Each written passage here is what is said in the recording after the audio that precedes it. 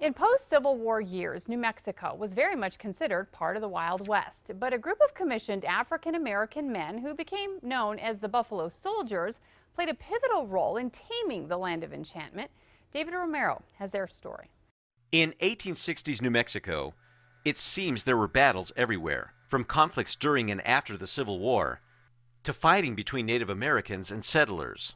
It wasn't until August of 1866 when 8 black companies of the 125th Infantry marched to New Mexico, and it seemed some sense of order and peace might be restored to the area. You can't underestimate their importance, and they did this in the face of hostility from a lot of high-ranking officers who didn't think that they could pull their weight, but they did. Paul Hutton, distinguished professor in the history department at the University of New Mexico, says the men, who were said to have been nicknamed Buffalo Soldiers by the Native Americans because of appearance and much fortitude, demonstrated their resilience in every job they were tasked with doing. Much of the infrastructure in New Mexico was dependent upon military spending. It was the Buffalo Soldiers who came west in 1866 who built a string of forts, especially throughout southern New Mexico, that were going to guard the roads. And of course, you had the old Butterfield Trail that led to California.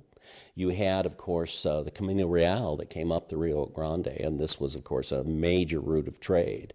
And then you had the Santa Fe Trail, and all of these routes had to be protected, not just from Native Americans, but also from outlaws. And New Mexico was simply overrun with outlawry during the 1870s. Then there was the matter of having to help in settling conflicts associated with outlaws like Billy the Kid in the Lincoln County War. And it was this role of proving their bravery in battle which not only set the stage for settling New Mexico, but gaining their due respect and for future African Americans in the armed forces. With the hindsight of history, what an important part they were, not only in the development of the West, but in moving forward with African American rights, because by fighting for their country, by dying for their country, they proved that their blood was as red as any other American blood, and so they really paved the way for the fully integrated military that we have today. And they did so in the face of intense racism. Pioneers in the American West